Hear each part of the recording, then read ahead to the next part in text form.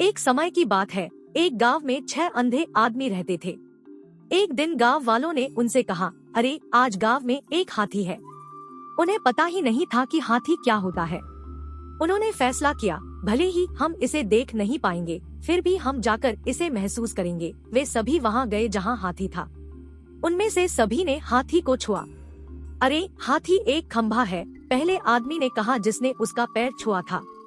अरे नहीं, यह एक रस्सी की तरह है, पूंछ को छूने वाले दूसरे व्यक्ति ने कहा। अरे नहीं, यह एक पेड़ की मोटी शाखा की तरह है, तीसरे आदमी ने कहा जिसने हाथी की सूंड को छुआ था।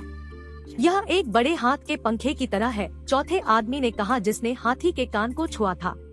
यह एक विशाल दीवार की तरह है, पांचवें आदमी ने कहा जिसने हाथी के पेट को छुआ था। यह एक ठोस पाइप की तरह है, छठे आदमी ने कहा जिसने हाथी के दांत को छुआ था। वे हाथी के बारे में बहस करने लगे और उनमें से सभी ने जोर देकर कहा कि वह सही था। ऐसा लग रहा था मानो वे उत्तेजित हो रहे हों। एक बुद्धिमान व्यक्ति वहां से गुजर रहा था और उसने यह देखा। उसने रुककर उनसे पूछा, क्या बात है?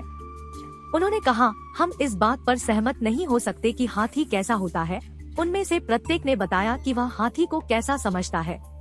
बुद्धिमान व्यक्ति ने शांति से उन्हें समझाया, आप सभी सही है।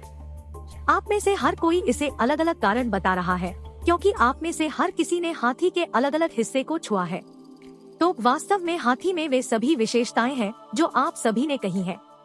ओह, सबने कहा। अब कोई लड़ाई नहीं हुई। उन्हें खुशी हुई कि वे बिल्कुल ठीक हैं। कहानी का सार यह है कि कोई जो कहता है उसमें कुछ सच्चाई हो सकती है। कभी कभी हम उस सत्य को देख पाते हैं और कभी कभी नहीं, क्योंकि उनका दृष्टिकोण भिन्न हो सकता है जिससे हम सहमत नहीं भी हो सकते हैं। इसलिए अंधों की तरह बहस करने के बजाय हमें कहना चाहिए, हो सकता है कि आपके पास अपने कारण हो। इस तरह हम बहस में नहीं पड़ते। जैन धर्म में बताया गया है कि सत्य को 7 अलग अलग तरीकों से बताया जा सकता है।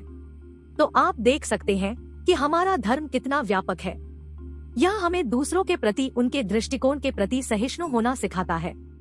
इससे हम अलग अलग सोच के लोगों के साथ मिलजुल कर रह सकते हैं।